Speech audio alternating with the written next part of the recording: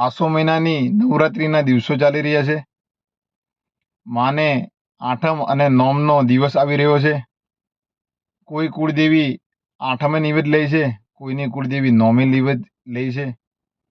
પોતાના બાળક ગમે તે દેશમાં હોય, ગમે તેટલા દૂર હોય પોતાના મઠથી, તો આઠમ અને નોમના દિવસે એ જરૂર હાજર થાય છે અને માને નિવેદ ધરાવે છે. અને સાચા મનથી તમે માને નિવેદ ધરાયેલું એ જરૂર લેખે લે છે ને 12 મહિના તમારું રક્ષણ કરે છે. આનથી દયાળુ દેવ કોણ હોય? એ ફક્ત કુળદેવી જ હોય.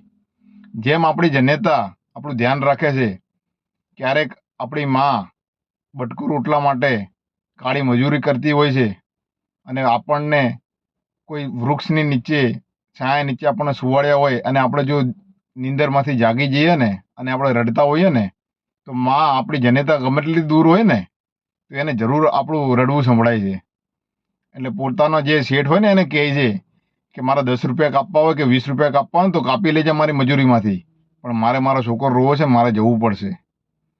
એટલે સાચા મનથી જો જનેતા આવી રીતના સાંભળતી હોય ને આવતી હોય તો આ તો કુળની દેવી છે. કુળની દેવી કેમ ના આવે? સાચો ભાવ હોવો જોઈએ. સાચા મનથી તમે નિવેદ ધરાયેલું હોવું જોઈએ.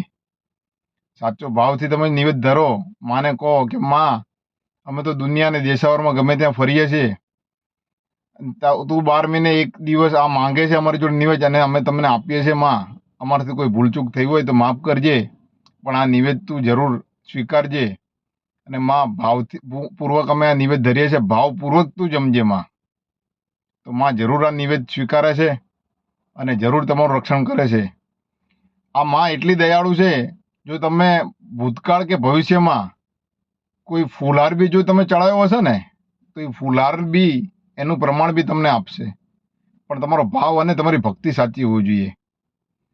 આ કુળની દેવી એક એવી દેવ છે કે ગમે એટલી તમારાથી રિસાયેલી હોય ને, પણ તમે દુઃખ તમારા પર આવે ને તો એ માં પહેલાં આવીને ઊભી રહી છે.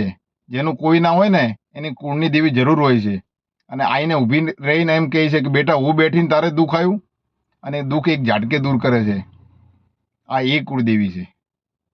સાચા મનથી માને જમાડો અને સાચા શ્રદ્ધાથી માને નમી પડો.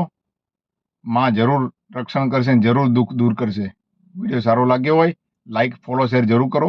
જય માતાજી, જય ભારત.